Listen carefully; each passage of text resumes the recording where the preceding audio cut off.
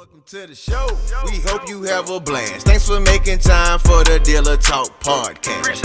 Another business leader, here's a penny for your thoughts. This ain't a regular conversation, baby. This that Dealer Talk. What up? Welcome to another episode of the Dealer Talk podcast. In today's session, we have none other than Mr. Andrew Lemoine.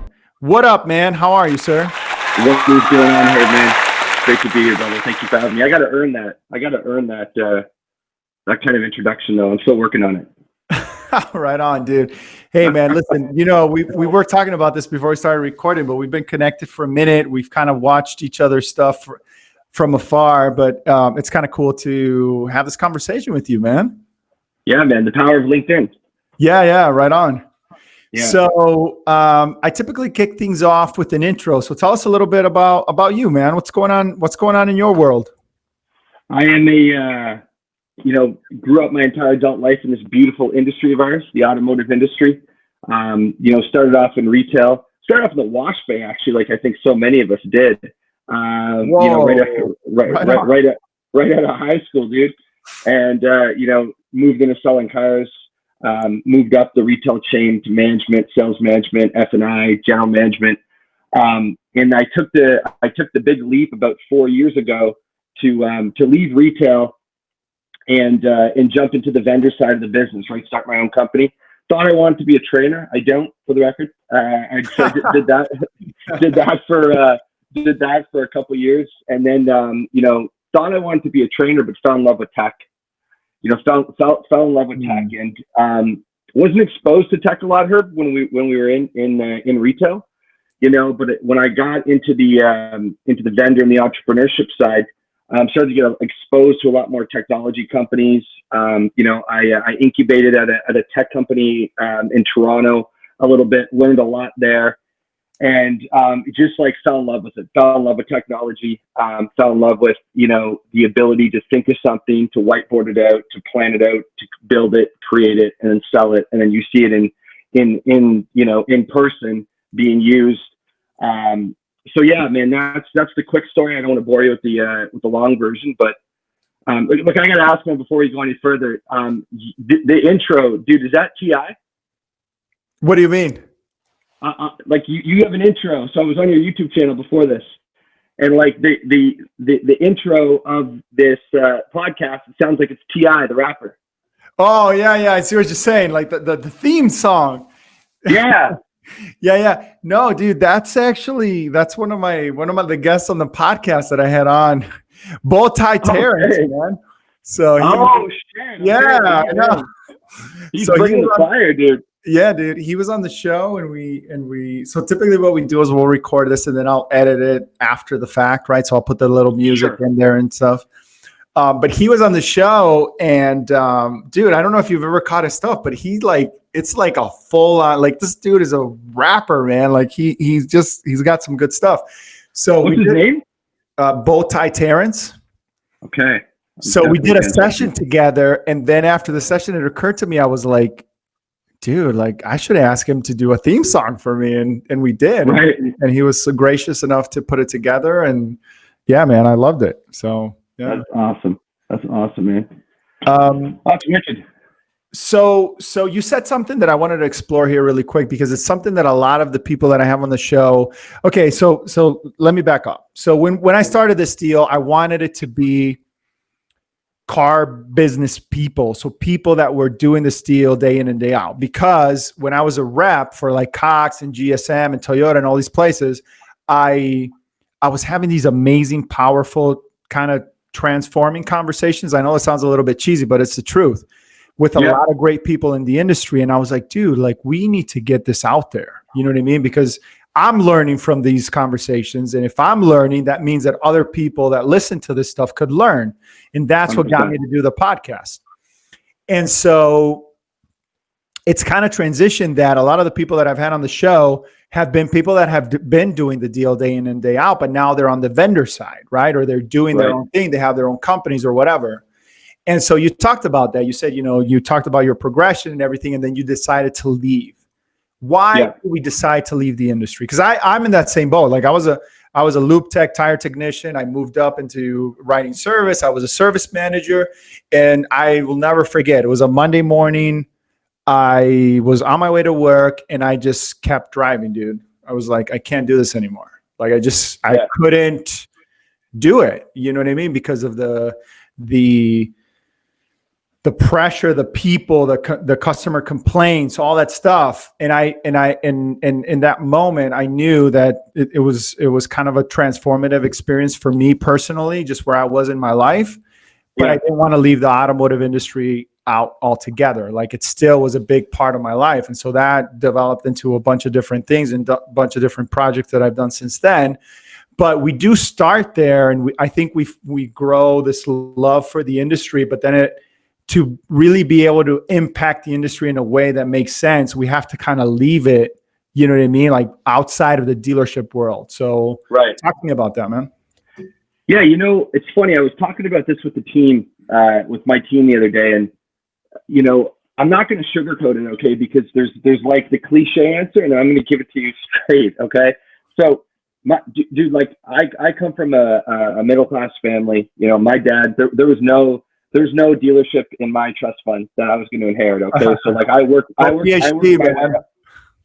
But I want one. I wanted one. Right. And it's funny. We were, the reason why I was talking about this the other day, Herb, is I was really talking with the team about, our company's vision and our core values, and really kind of what we stand for and the overarching mission. We're talking about our big mission. And, what we were talking about was, you don't start off there, and when I left, okay, I wish it was for this like meaningful drive that, I want to impact the industry and change the world, but that's just not the truth. Dude, when I left, okay, because I wanted to make more money.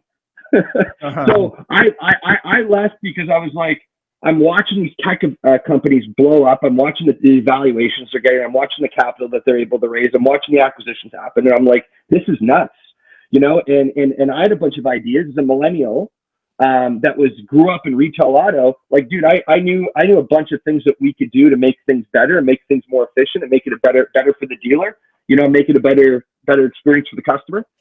But I left because I wanted to make more money, and I thought that was the path to doing it quicker. It's like, I'm going to leave retail. I'm going to start a tech company. I'm going to blow it up really, really quick, and I'm going to be a multimillionaire in like 24 months. I came home. I told my wife, I said, "Start shopping, baby. We're going big, right?" And then life. Quit your job. Yeah. Quit the job, and then reality happens, right? And you get punched in the face more than once. And I went through a couple of huge failures at first, learned so many lessons. And like I said, started off with a training company, and then it evolved and then shut one down, went into a tech company, and start to really fall in love with this. And now, like, we're finding our voice, we're finding our reason, we're finding our drive. And now, like, I wake up definitely with a lot more meaningful of a drive and a mission. It's slowly, the money's became, it's funny, like, as you start to increase sales, as you start to make more money, as you start to increase revenue, it becomes less about the money and more about the purpose and the mission. It's really interesting. Something I'm just sharing what I'm experiencing in my life, but yeah, and now it's like, I believe, one thing I didn't like is, like, it was always a one sum I found from a lot of vendors of tech products, where it was either like, in order for the dealer to win, the customer had to lose, and in order for the customer to win, the dealer had to lose. Like there was always a give or take. Like one of the two had to lose, and I just don't believe that. I believe that if we can create a better experience for the customer, that actually in turn creates a better experience for the dealer. Dealers don't want to be wasting their time with people that are, don't have any intent, or like are super top funnel, just not really ready, that they got dragged in from some clickbait or whatever it was, a product that they didn't understand. Like, dealers don't have time for that either. So yeah, we just put a real focus on UX, but UX as a whole, like dealer UX and consumer UX. And we literally have we have breakouts in our company where we dive into both, and we always make sure that, holistically, we're bringing those two things together. Right on, man. No, yeah, I like that. I like that a lot. And it kind of sparks another question for you, and that's where or why do we feel the need to have to leave the industry to do that? Why can't we do that in the industry? You know what I mean? As a GM or as a GSM or even as a salesperson.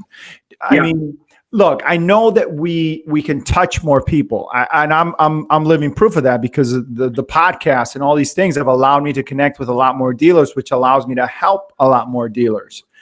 Right. But let's just say that we're talking to people fresh in the industry, or people that are taking ups, or people that are like on the front lines. Like, what can we do to make a little bit of a difference, man? Because it goes a long way. You know what I mean? Absolutely, man. I think it comes back to what you said about what gave you the spark and the drive to want to even start the podcast, right? It's just access to information, Herb. So, I wish when I was in retail, when I was running dealerships, that I knew then, the famous thing, like, I wish I knew then what I knew now, right? I had to go learn it. So I didn't have any exposure to any of this in retail, right? And so I didn't have exposure to how tech companies are run, how to actually run a proper sprint, how to run a company in team meetings effectively and efficiently, how to have innovation meetings, with your teams. I learned all this outside of retail. Now, every single thing I've learned since I've left can 100% be applied back to retail. And like you said, I don't care if you're the GM, if you're a sales manager, if you're a sales rep on the floor, if you're the service manager, fixed ops, whatever. All these methodologies on how these big companies run and have really blown up can absolutely be applied back to a retail automotive dealership. And you see some of them, doing it now. So I think podcasts like yours that basically, I'll steal a line from Brad Lee, is, get the information from the people that have it to the people who need it. That's exactly what you're doing here, right? And because I think that the reason people in dealerships don't implement some of this stuff is that they just don't know, dude. It's just like a lack of knowledge. Like, they just don't have the information, so they need to get it. That they need to find out that there's a more efficient way to do things, or a different way to think, a different approach to take inside of a dealership, right? There's a different way to run your Saturday morning meetings. There's a different way to approach the team. There's a different way to hold save deals. There's a different way to think of business. And evolve the kind of approach and the foundation of your dealership.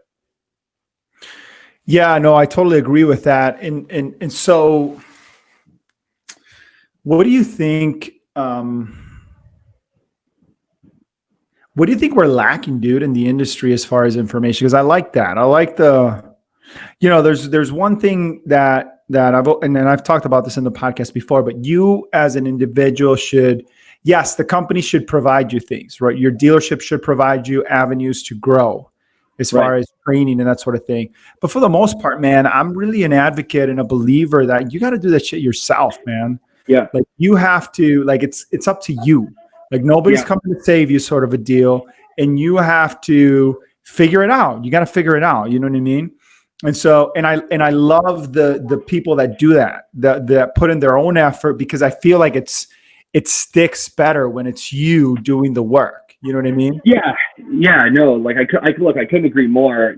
I grew up in that environment, by the way. So like I didn't grow up around strong leaders and mentors. Okay. So I was the sales rep that got promoted to sales manager at like 22, that had to figure it out, for myself. I wasn't handed a manual. I was handed like, hey, Andrew, here's how to be an effective sales manager. Here's how to be a leader.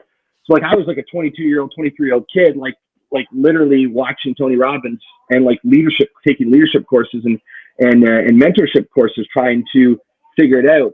You're right. At the end of the day, it's on you. I mean, it's your destiny.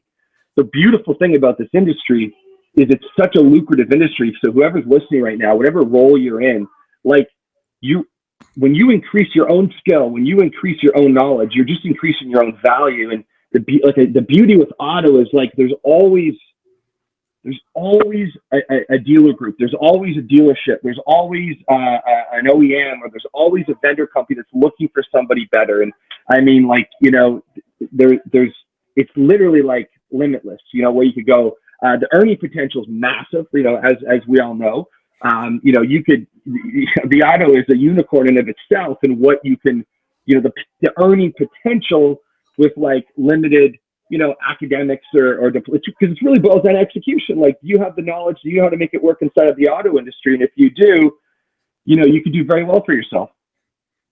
Yeah, and dude, yeah, no question. And that's one of the things I love about this industry. It's the diversity and the opportunity, man. Like somebody, you know, like, you know, my personal example, dude, like I'm from Venezuela, and I came here and I was like washing dishes at a Big Boys in Michigan. And then a dealership gave me a shot, you know, to do lube and to do tires. And that kind of transformed my whole path. And so I'm eternally grateful to the industry for that opportunity. But I also think that we as individuals, not that we take it for granted, but we don't take the opportunity for what it is. You know what I mean? And I feel like, especially if you're in sales in particular, the stigma is one of those things that you know, I don't know if it's happened to you, but you talk to some people in the industry, especially if you're doing like the show circuit and that sort of deal. And they're like, oh yeah, I'm a car salesman. That's just very like, you know what I mean? And so it's like, no, dude, like you're going to tell me you've never if you're a good salesperson, like one of the top dudes, right? You're going to tell me you've never run your credit report against a doctor or a lawyer, and you can see that you're making more money. Right. Dude, like that's like, to me, that's a big deal. You know what I mean? It's not because of the money. It's not just the money. It's not the material thing. It's because the money says something about your worth, your value. You know what I mean? It's kind of like a grade score, if you will. And so do you think that we don't, you know, especially the underperforming salespeople, the underperforming, you know, personnel at the dealership, they don't realize the opportunity that they have to really kind of transform their life? Absolutely. I think too many people in the industry approach it, Herb, like it's a job and not a career.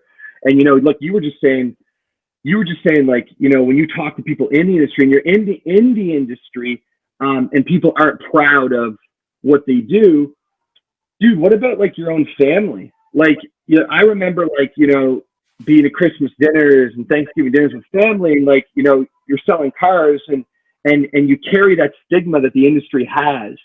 So it's like, oh, Andrew's a car salesman. Right. And you got to break it. And it's like, you can either accept that and just sit there and be like, yeah. And, you know, I used to speak up. I used to be like, dude, we help people. Like our dealership's changing the industry. Like our customers love us. You know, our suppliers love us. People love to do business with us. Our referral rate's through the roof. Our CSI is off the charts. You know, I'm proud to help people and serve people and you know, get them cars at a good deal and give them that experience, because at the end of the day, right, everyone talks about the stigma. It's real. Okay, but like go back to the root of it, guys. Like, what caused the stigma? It was the people. So it was these experiences that used to happen in the 80s and in the 90s, and you know, and like, do they still happen today? Sure, but they happen a hell of a lot less. So it's frustrating for salespeople today because they're carrying a stigma that a generation before them and the generation before them kind of set. And you know, and then we all hear these stories of passed down from generations. You know, my dad tells me a story how he got ripped off in '96, and now I've got it.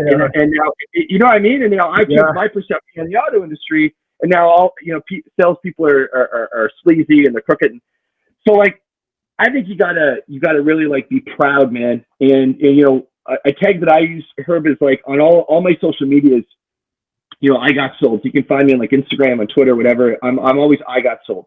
And what that means is like, I believe that the biggest sale that anybody has to make is on themselves, and then on their dealership, dude. Like on the company they work for and the product they sell. Like, you have to believe in what you're doing, okay? And you have to not approach this like it's a job. This is not a 9-to-5. This is truly an industry that you get out of it what you put into it. You know, so. Yeah, dude. No, I love that. That's I love that because that's absolutely true, man.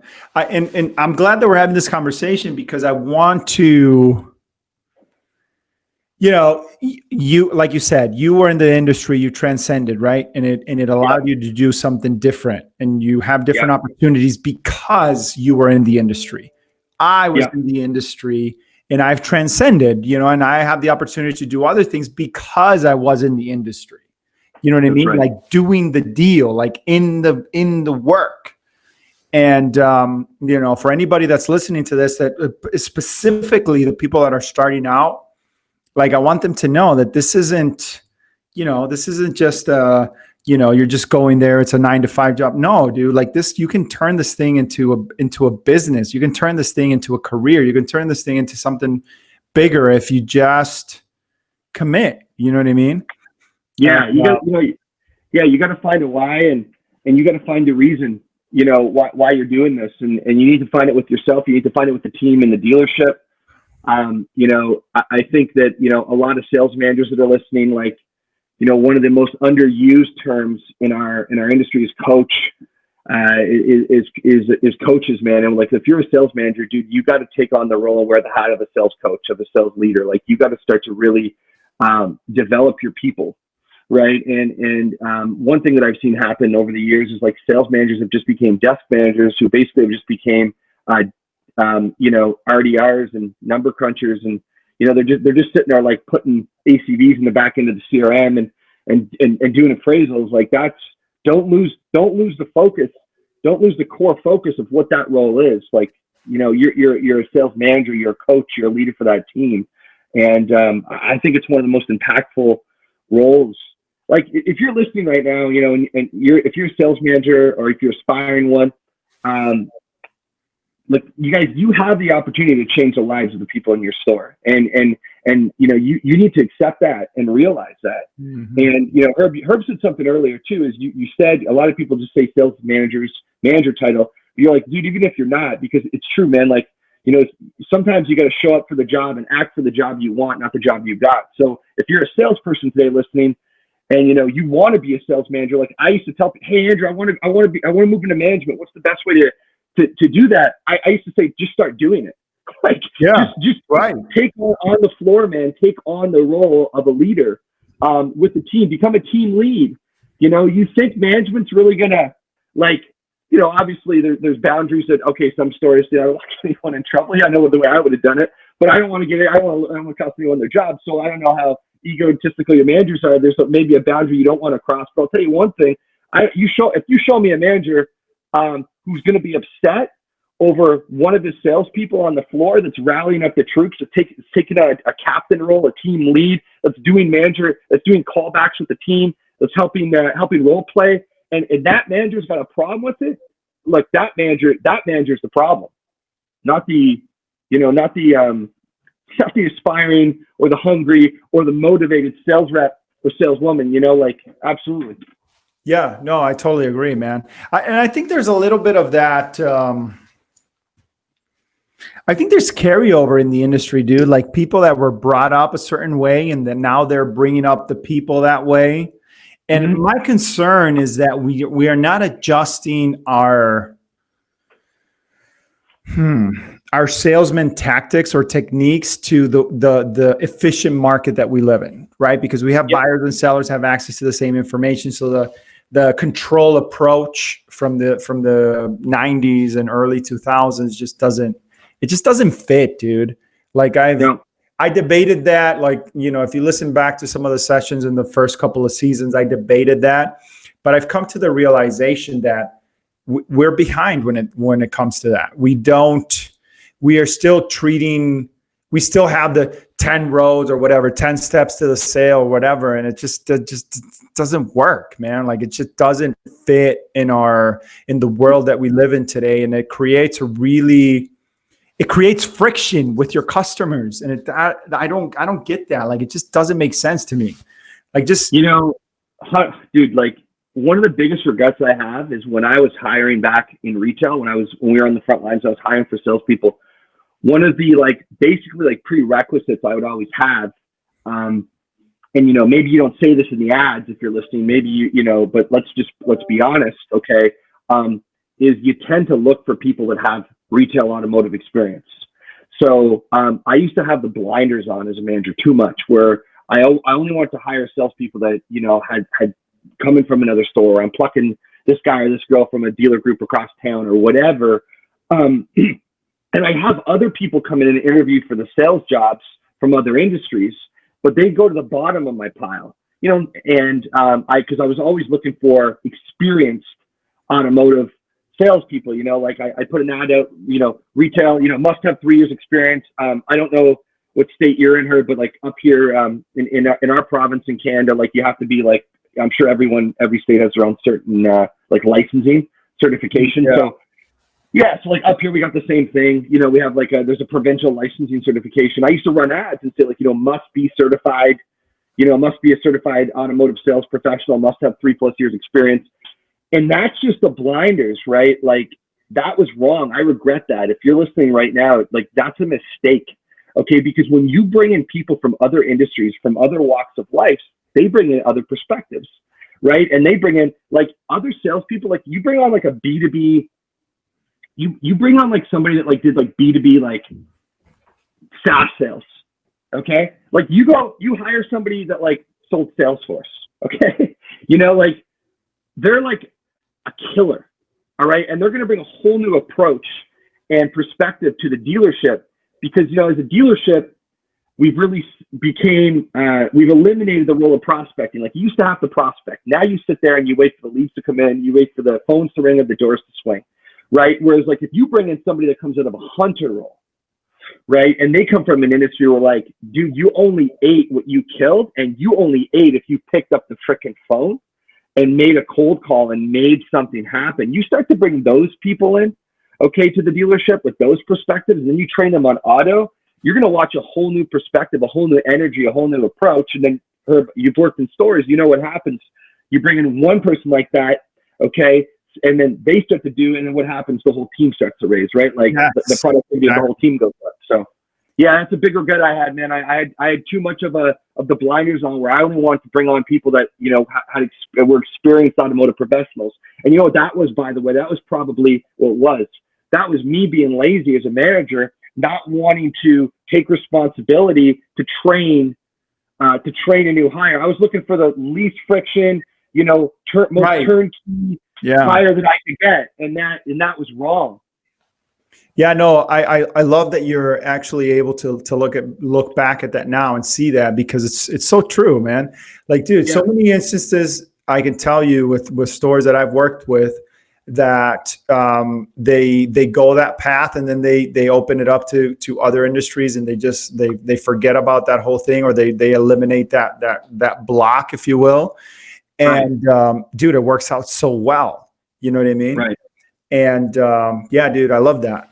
So, okay, so let's move the conversation along. I wanted to obviously take this opportunity to talk to you about other things like digital and social. And I'm going to give you an example, or better yet, I'm going to tell you my story of you and how I came across your content. So the first time I saw something from you was a piece that you did on Grant, right? And you were talking about, you know, somebody had reached out to you and said that you were a Grant Cardone wannabe, and you did this piece, and you know, at the end, I remember you always said like, "Come on, bro!" Like Grant. And you were talking about, you know, everybody needs a role model, right? Somebody to look up to. Like that's so fucking true, man. Like I get that, you know what I mean? And that piece really connected with me, and I started following your content ever since. So in the car business, dude, like, how possible is it, or how likely is it for us to find role models that we can emulate? Because it's not about copying anybody. That should never be the objective. But dude, listen, the shortest way to success is to look at people that have done what you want to do, and mimic that. Like, I don't know. I don't believe that there's any other shortcuts than that. What's your take? Like, dude, the opportunity for salespeople today has never been better. Okay. So, when I, back in like 07, 06, like it wasn't 05. Okay. Like content was not as available as it was today. Trainers were not as available as it was today. Like there wasn't a lot of, I struggled to find people, because here's the problem. So here's what I experienced versus what it's like today. So I was looking for, like, as I told you, like I was somebody that was really big into self-development. Okay. And, so I was in my 20s. I was always trying to take these, Brian Tracy, Tony Robbins, Sandler, whatever it was, whatever course I was taking, I was obsessed with learning and knowledge. And, but what I struggled with back then is I struggled to find niche, because, it's one thing to get like leadership and overarching motivation or life coaching lessons. It's another thing to find, like, at the end of the day too, that I was selling cars. So I'm like, I would be nice to learn how to sell cars. Now, what I was introduced to back then was a whole industry, a whole world of old school sales tactics and trainers that our dealerships would hire to come on in, fly them in, overpay the hell out of them. And like, I didn't agree with anything. And I'm literally sitting there. I remember this, like, I remember in 2004 or 5, like sitting in a classroom, and with one of these companies. I won't say the one. I don't know if they're still around. But, and I remember looking, dude. This is a true story. I remember looking at the bottom of the training manual where we were doing it. Okay, and I'm the year I was born is 1987. Okay, that's the year I was born in. And I remember looking at the bottom of the book, and I saw copyright 1983, and I'm like, dude. I remember I put my hand up and I'm like, hey, what do you guys think? Like, what do you think the internet's done? Like, do you think the internet's impacted anything? I'll never forget it, man. The guy says, it hasn't changed a damn thing. I was like, I'm done. Like, I'm like, not a chance. So, a guy like Grant was one of the first people. Like Grant, young Andrew Lemoine, dude, Grant fired me up, like for sure, because it was a different approach. One thing he preached really early on that I love, and it's so funny because it's really what technology has gone back to. Grant's automotive training, he was actually ahead of his time. Like, not enough people talk about this, because he brought forward a thing that was called information-based selling, right? Because he believed back then that, people are looking for information, okay? And the easiest way to close a sale, the easiest way to get to price, get to negotiation, and get to the close is to give people the information they're looking for. So, he was preaching information-based selling back then, when it was a choice by the dealer that her, because the tools that exist today, the digital retailing tools that exist today, right? Yeah. Where the transparency is forced. Like, the customers now can go on, and because of tech, they can get the information. They can go to TrueCar, they can go wherever. They have the information available to them. But back in the 90s, back in early 2000s, they didn't have this information. So, Grant was telling dealers then to take this approach. So yeah, I liked him. But you ask about today, I'll get back to your core question. Dude, if you're a salesperson today in automotive, like, you should be so excited, because there's never been so many great trainers, okay, that are out there, that are available to you, that specialize in automotive, that are all ex-retail guys and girls. Alan Dickey, Jonathan Dawson, Dwayne Marino, Cardone's now got a whole automotive section going on. Like, dude, you're like, I was just naming a few. These people drop content for free on YouTube. Like, if you're a salesperson, man, like, the world is your oyster, and the information, good trainers with good knowledge and good information, they're available to you at sometimes not even a cost. So it's crazy. It's crazy. Yeah. Do you think that we're taking advantage of it for what it's worth? I mean, because, dude, sometimes some of these programs, a lot of these people have podcasts, they have these digital platforms, they have all these different outlets, right? Right. That are not, that they don't even cost anything. You know, all you need to do is follow their content and you can gain so much from that. Do you think that we take 100%. advantage of that in the industry, or are we lacking that?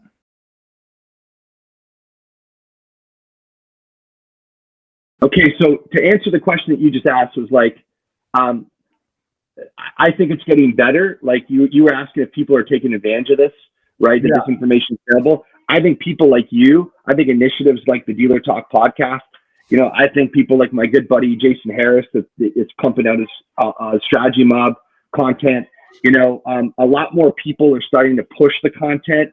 You know, we've been meaning to get to it. Like we've just been in this crazy startup scale up mode where all of our focus and attention needs to go on development. And then we're getting to a place now as a company that we're about to start pushing a lot of content back out there as well. So yeah, like it's getting better, you know, and honestly, man, like LinkedIn, dude, is such a powerful, like there's certain industries that tend to like, people are like, the industry's either in LinkedIn or they're not, right? Like the majority. Auto's one of the ones where like, we're all on it, right? Like auto's just an industry that's on LinkedIn, you know?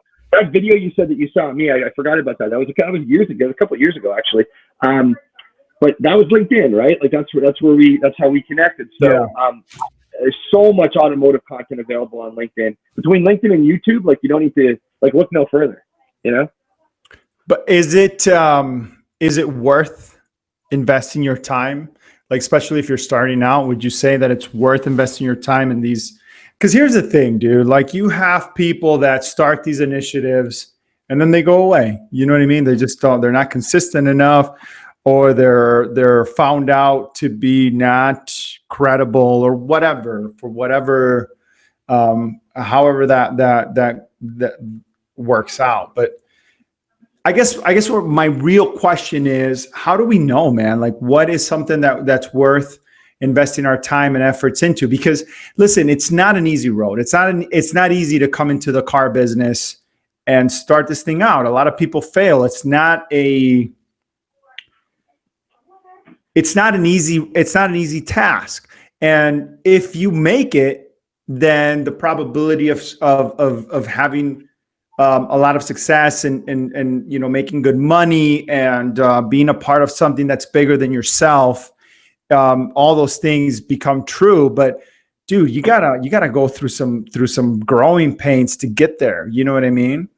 And so like, what would you say to those people starting out that are hesitant, or they're maybe teetering on the edge of committing? Like, it's a personal question, right? It goes back to them, because I don't know, like if they're happy where they are and they're happy with their performance, they're happy with their life, right? Good for them. Good on them. That's the game. That's the jam, man, is happiness. Like if you're good and you're content, then okay. But if you're someone that just feels unfulfilled, if you're somebody that wants more, if you're somebody that wants to, you know, experience more success, you know, there's no excuses today, guys. There is no excuses. The information is available to you. You have to just make a decision to commit. Like you can get better if you make the decision. You don't need you don't need to spend thousands of dollars on courses like we used to have to do. You don't need to order cassettes and DVD, you know, videos like we used to have to do. Like you can get the information, like I said, most of the time for free. But even the paid content, Herb, like it's so friggin' reasonable, man. Like a lot of these trainers will let you into their, you know, into their LMS systems for a very, very reasonable. Most dealerships are, like you said, are providing salespeople with it. If they're not, though, like if you're in a dealership and they don't provide you with it, dude, like again, are you happy? Right? Are you unfulfilled? Do you want more? If you do, then don't even think about it. Go sign up for 1 month. Yeah, but I don't think there's any dealership that if you went up to your GM or your GSM and you were like, listen, man, I want to get better. Right. Can you guys cover this cost for this training? They would do it, dude. They'd be like, sure. Yeah, absolutely. Right. So, yeah, I guess that, right. You know, we should finish your sentence, because I hear that crutch a lot used. It's an excuse and it's BS. Okay. You hear salespeople say, my dealership's so cheap, you know, they won't pay for anything. They wouldn't pay for me to train it, and they put the blame back, right? They're deflecting that right now. They're deflecting. And it's like, that's not true. Okay. That's not true. That is so rare. They might not want to blow $500 on pizza and wings on and taking you guys out to the bar or something. Maybe like wherever you've got the perception that they're cheap. Maybe you guys are using computers computers with friggin' Windows 98 on them. Like maybe right. the chair is broken, right? Yeah, sure. Maybe there's a bunch of that stuff going on where you're like, they're cheap. I get it. Okay. That's probably the controller. But you go walk in your manager's office tomorrow and say, hey, look, man, I'm committed to getting better. I'm committed to getting better. I found this course. Okay. And I think it could help me achieve, 5, 6, 8 more deliveries a month. And I am absolutely committed to making this happen. Is this something that you guys would consider investing in to help me get there? Dude, you're going to be pretty hard pressed to find a sales manager that doesn't say yes, or at least find some sort of solution. Sure. They'll pay it out of their own pocket, man. That's how they would. That's the kind of response that you would get to that, because it just shows a different level of commitment. I mean, how can you pass that up? So, all right, man. So listen, we're getting close to that time. I did want to talk to you about kind of what you guys do and mainly get your take on digital, because that's a big topic of conversation on this podcast. Obviously, that's my realm, right? Like digital marketing. That's what I do. Especially now during COVID, we haven't even touched on that, but I guess let's start with that question. Like, how do you see things playing out in this COVID world or COVID landscape that we're in today, man? Like, what's your take? What's your thoughts? Look, as a whole, like in the meat of it, while we go through it, it's painful for a lot of the stores. I see a lot of my good friends, good people I know that own stores, that run stores, that work in stores hurting. I don't like to see that. These people are my friends. Some of them are my family. But the silver lining is like, as a big picture, COVID was like one of the best things that ever happened in the automotive industry. Like, it forced the industry to level up and create a digital experience that they knew was inevitable. But let's just be honest. As an industry, we were holding it. A lot of dealers were holding it off as long as they could, right? So sure. COVID just kicked the stick out from underneath us, and it's like, hey, you got to figure it out now. Like, if you want to survive, like, we've been talking about it now for a while. Now it's like you have to be about it. There's no more talking about it. Like, you have to give people a way to digitally interact in a meaningful way with your dealership. And take the sale as far as possible, online, digitally, seamlessly transfer to in-store. I believe in the people side of the business too, Herb. Like I said, I'm a millennial, okay? And I'm not sitting here saying that like I believe in 100% e-com where people aren't needed. I definitely don't believe in it in the near future. I'm not saying that it won't go there as an eventuality, but I don't think it's around the corner. But dealerships obviously need to embrace it. I think that we need to stop like siloing it out and categorizing it. So like, stop looking at digital retail and then retail and then in-store retail as like two separate worlds. Like, it's retail, guys. It's 2020. So digital retail is retail. And it's all one. It's all one. Well, but is it though, Andrew? Like, let's talk about that, because that's one of my biggest things. Is it really like, I just don't get what's going on right now. Like, everybody's freaking out about digital retail and buy online and all this shit. You can't buy the car online. You can't do it. Like, at a dealership level, you can't do what Carvana is doing. We don't offer that experience. We talk about it like we do, but we don't, because it's not like the customer is going to just do everything online and they're going to be at home and the car's going to show up at their front. That's not the experience. So why are we treating it like that? I don't get it. I don't understand. It's confusing me. So I would say go back to the advantage, because the companies that are trying to digitize 100%. So ask yourselves this, guys, like, instead of focusing on what you don't have and what you can't do, okay, if your dealership doesn't have branded, enclosed, delivery pods and vending machine buildings or whatever, right? So you don't have that. Okay, so there's no sense in talking about it because you don't have it. So that's just a negative. That's just a negative approach. It's not going to be constructive. So let's look at what you guys do have. You have people.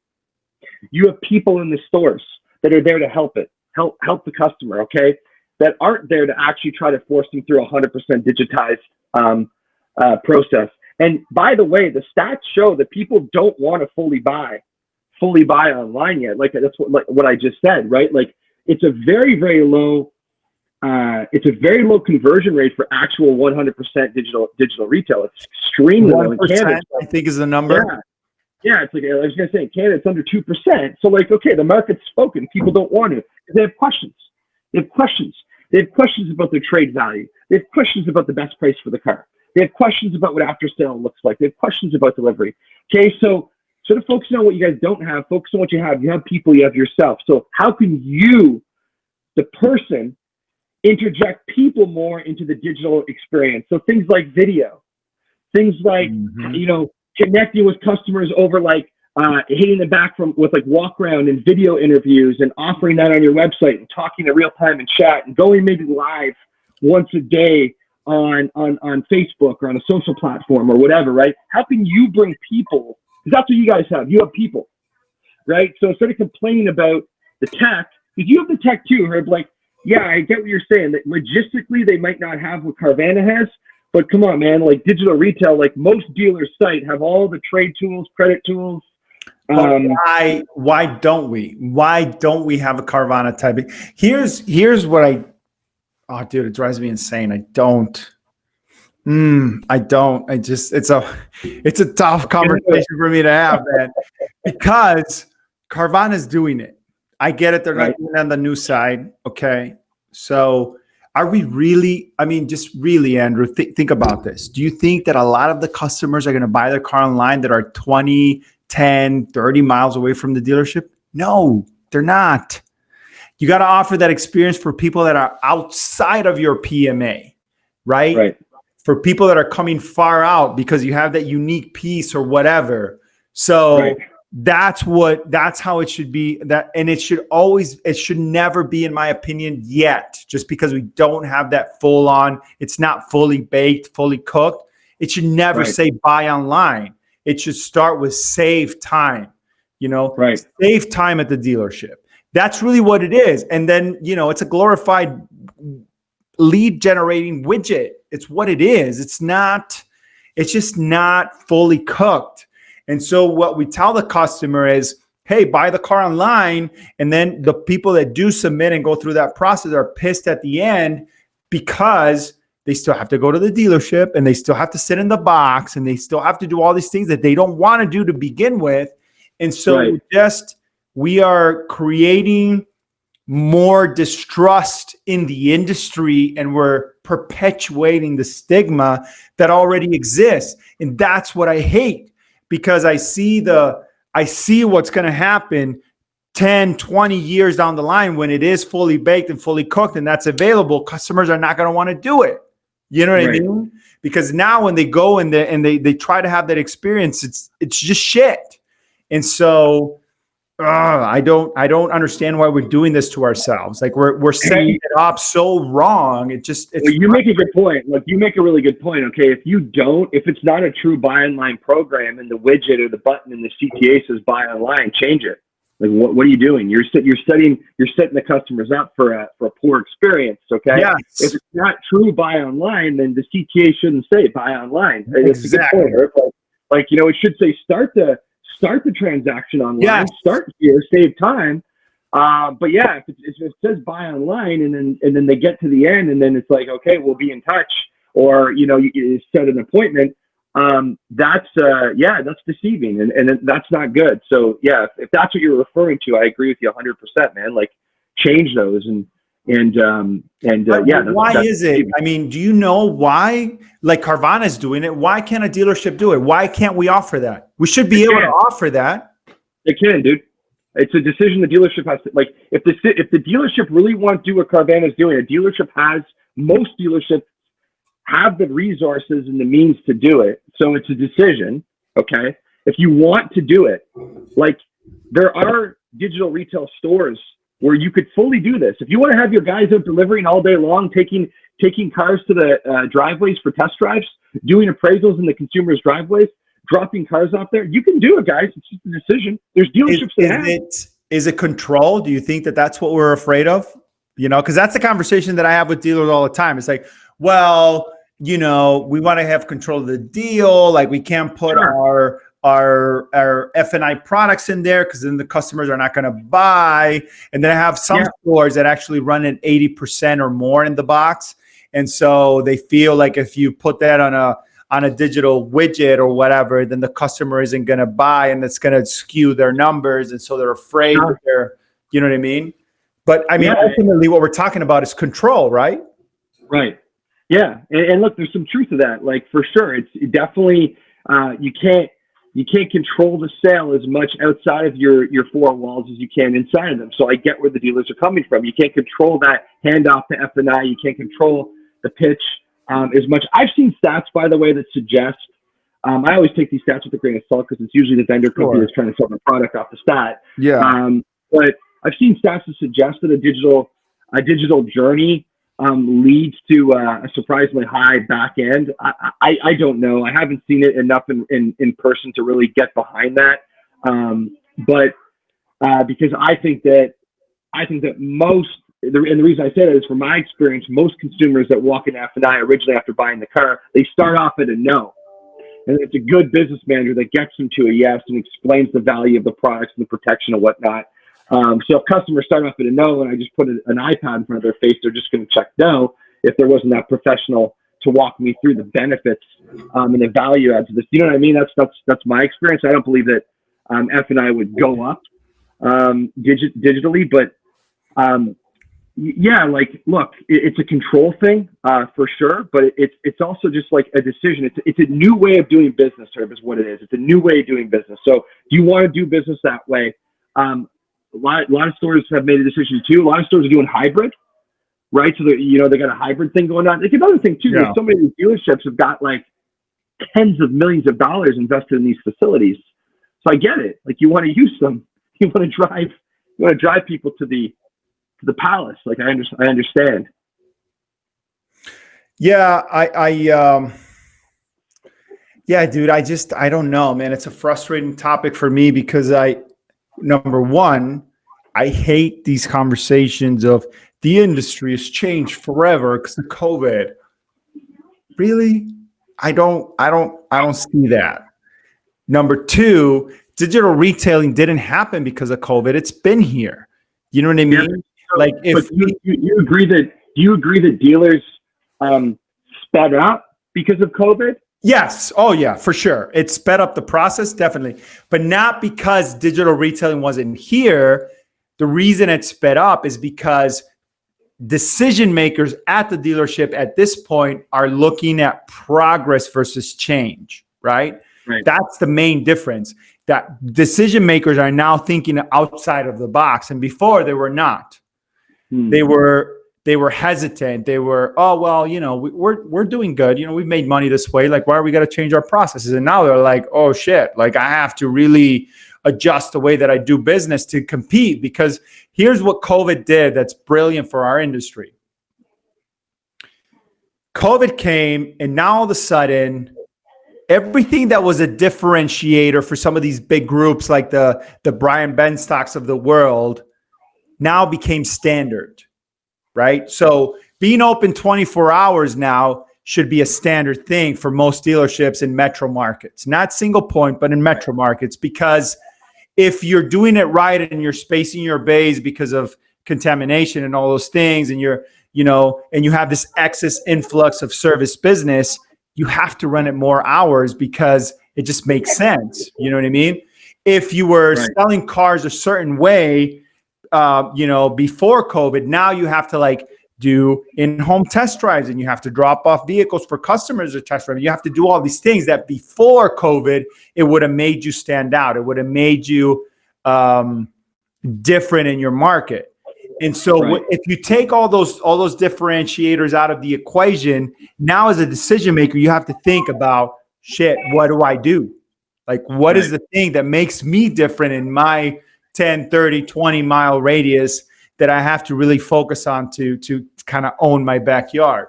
And so I love this situation because of that. But at the other end of it, has it really changed the automotive industry? I mean, are customers never going to go to the dealership ever again because of COVID? Are they never going to go and test drive a car? I mean, I think that the numbers that we've seen in the industry, like the gains and everything, have kind of proven that that's not really a factor. You know, provided that you have masks and you communicate to customers of all the things that you're doing in your dealership to ensure people's safety, not just your own as a customer, but your employees. So I don't think that whole thing has really been fully thought out yet. And so, I think we're still going through it, Herb, right? As an industry, right? Like, we're still figuring it out. What does this look like? But it's sped it up for sure. You're right. It's made the competitive advantage now. It's raised the bar. It's raised the bar for the competitive advantage that your store needs. But, you know, in Canada, like, I don't know, like, what happened was, so the law came out during COVID, and it was like, you have to shut down your showrooms, you have to close your physical locations, but you don't have to close your business. So you can still sell cars, okay, but you got to do it 100% digitally. That's what the provincial laws came out. So that's where it was like the dealers like had to figure out, like, so dealers that didn't have a digital retail strategy were like, okay, we got to get one. Or we're literally just shut down, and the guy across the street that had a digital retail strategy is still able to sell cars. You know, it wasn't ideal, okay, but it was better than the alternative, which was just like shut it down.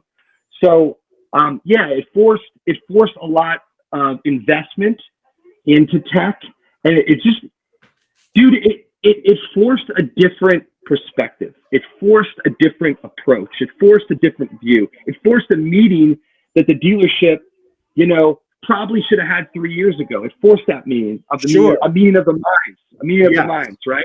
Yeah. So question. So there's no question.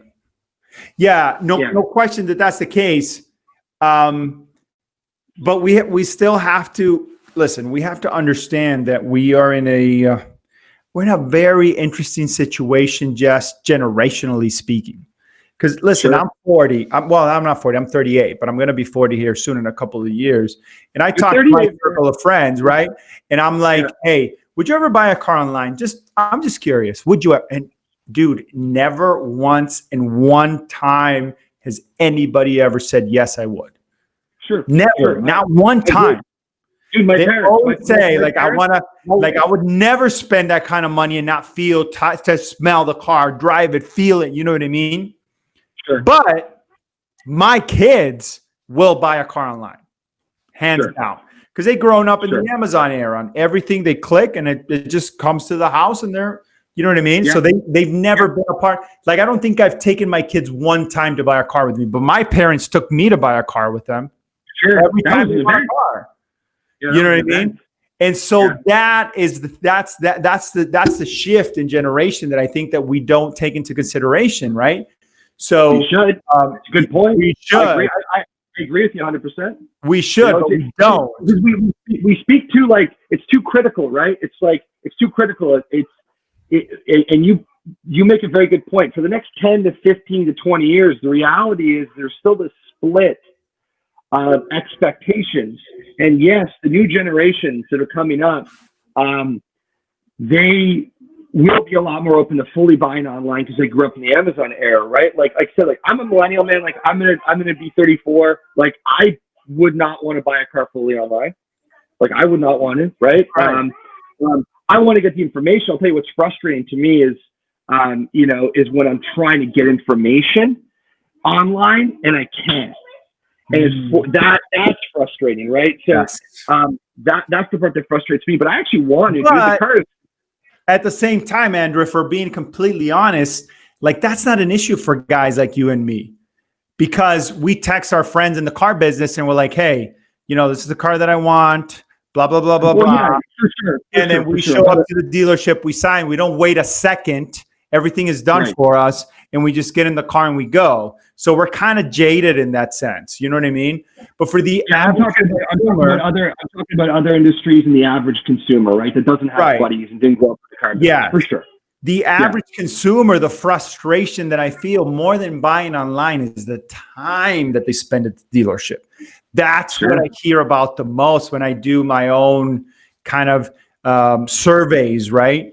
And it's not thousands of people, of course, it's my circle of friends, but that's the part of the experience that they hate. And so I think that digital retailing right now, as it sits today, would be perfect if we talked about it as a save time at the dealership, save 30 minutes, save an hour, save an hour and a half. It's not just it's not just your surveys. Your survey that you just talked about is you look at all the you look at Cox Automotive, you look at Kelley Blue Book, you look at any of the TrueCar, you look at all the surveys that these companies have done. They all say what you just said, right? The number one asset that anybody has today is time, right? The number one frustration for the consumer is time. Like that's what it is. Like, make no mistake, you're bang on. How do we shorten the time needed to spend in store, okay, and get people on their way, but you can't rush it too much, and they don't want to fully buy online, right? But there's certainly a time element, man. This is probably a volume 2. We should probably do another. I know, man. This is. I think this is the longest podcast I've ever done, man. This is turning into like a Joe Rogan experience or something. I was gonna say, we got a Joe Rogan thing going on. I'm down. Yeah, man. So, yeah, dude. It's no, man. This has been great. Like I said, I'd love to connect with you again. I'd actually love to have you on ours that we're firing up. But yeah, man, this is great. What you're doing is good. I support this stuff because, again, you're getting information to people. You're bringing people on the show that have info, and you're getting to people that need it. And that's what it's all about, man. You're helping the person that just started. You're helping the salesperson that, is just getting going, or you're helping the sales manager that's been in the business for 4 years, but he or she's just in a rut, and they're just looking for a little spark. They're looking for a little bit more info, and they're just missing a piece of information. And they might be able to access it through your podcast, brother. So I appreciate what you do, man. Thank you. I know the industry does, man. You're awesome. Thanks. And like I said, I appreciate you having me on the show. And like I said, man, we should do a volume 2 because this is about to go the wrong way because like dinner's ready, my kids are playing. I know. Yeah, right. It's about to get interrupted, man. So I'm trying to but I'll jump back on anytime, brother. This has been great. Right on, man. Yeah, thanks, dude. I appreciate it. Okay, so listen, 2 things. I always have a question that I ask everybody that comes on the show, so I got to ask you that. But before we get to that, give 3 minutes. Tell us how we can connect with you, what we can do, how you help dealers. Give us the elevator pitch. Yeah. So look, we're so Andrew Lemoine. Okay, LinkedIn is probably my go-to platform. You can find me on all other platforms at I Got Sold, whether that's Facebook, whether it's Instagram, whether it's Twitter. But LinkedIn, Andrew Lemoine is definitely my main platform. / I Got Sold. Look, our company's AutoCorp Technologies, and it's our mission to take an industry that's traditionally been credit last and make it a credit first industry. Okay, so we're really focused on credit in the fintech side of the industry. Okay, but at the end of the day, guys, we want to put a dent in the billion-dollar industry of the automotive industry. That's what we're here to do. And like I said to you, and we do that from focusing on customer experience and dealer experience, and we believe that there's a world where both can win. So, autocorp.ai, that's our company site right now. Right now, we're predominantly just in Canada, but we will be offering our products and services in the U.S. in 2021. But as it stands today, we serve the Canadian dealerships, but like I said, we'll be serving North America in 2021. Yeah, man, I'd love to connect with some of your listeners, your viewers. Anybody's got questions, like I said, please add me on LinkedIn, hit me up, let's connect. That's awesome, man. Thank you so much for doing this, man. I really appreciate it. So there is one question that I ask everybody that comes on the show, and that question is, where do you see the automotive industry headed in the next 5 years, and why? In the next 5 years, I see that, I see that digital, like I said, digital retail needs to be just embedded into retail. I think the number one I think one of the biggest focuses right now that a dealership should have is a seamless transition from the online interaction to the in-store interaction. Okay, so if a customer did all the shopping on your website, collected all this information, and then they show up and they need to restart, or the salesperson's not able to easily access that journey or that information, or you can't kind of pick up where you left off, that's frustrating, and I think that's going to become more and more and more important over the next kind of 5 years. So I would say that, yeah, in the next 5 years, that would be my number one kind of focus as a dealership, is just seamlessly transitioning the online to the in-store and the in-store to online. Right on, man. But I do not believe in 5 years that people will be fully buying the majority of the cars online, so people won't be needed. I don't believe that. No, I don't believe that either. I don't believe we'll have autonomous vehicles by that point, fully autonomous vehicles either. So I think I think dudes like you and me are lucky because we're in this place in the industry where we'll be able to see it transition in a massive way when we're old folks, you know what I mean? And we'll remember the days, you know what I'm saying? But yeah, dude, it's such a great time to be a part of the automotive industry because everything that's happening, it's so accelerated, you know what I mean? I had a podcast with the real Brad Lee a few sessions ago, and one of the things he first said before we got on camera, started recording, was that the automotive industry is the segment or the industry that he sees changing at such a rapid pace. And I totally agree with that. It's so fast right now. Everything is just, and COVID just really put that into like, it's steroid mode now. Like we're just really accelerated. So, and that creates opportunity here. Right. Creates opportunity, right? Exactly. So it is. There's no better time to be in the industry. You should be grateful that we're in it. And there's so much opportunity. So it's great. Yeah, for sure, man. Dude, thank you so much for doing this. I really appreciate it. Great conversation. Like I said, this has definitely been the longest session I've ever done. So we got to do a part 2. This was good, man. I really appreciate it. Andrew Lemoine, everybody. Thank you so much for tuning in. I really appreciate it. That's all the time we have for today. And as usual, we'll talk later. We only host a well-respected. The vendor LexisNexis. We don't sell digital marketing. What you do? We inspect it with our DT vendor management solutions. We come in like the EPA to clear out the pollution. Take the trash Go out. keep your P&L clean. Your inventory lean. From product pitches, meetings to cost negotiations, your vendors have you swamped. You have cars to sell, but most of your time goes in managing your vendor relationships. Wouldn't it help to have someone navigate the way ahead? Enter Dealer Talk Vendor Management Solutions. A filter between you and your vendor so you only have to deal with what's most important. We inspect your digital data to get optimum results for your money. Here's what we do. Give you an accurate idea of what's working and what's not for every digital service.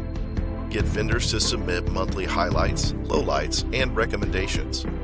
Sift through their data to give you those metrics that matter. Evaluate all package, content, or cost changes and product pitches. Do monthly marketing budget analysis to ensure better ROIs. Finally, we give you concise reports and monthly videos with actionable insights.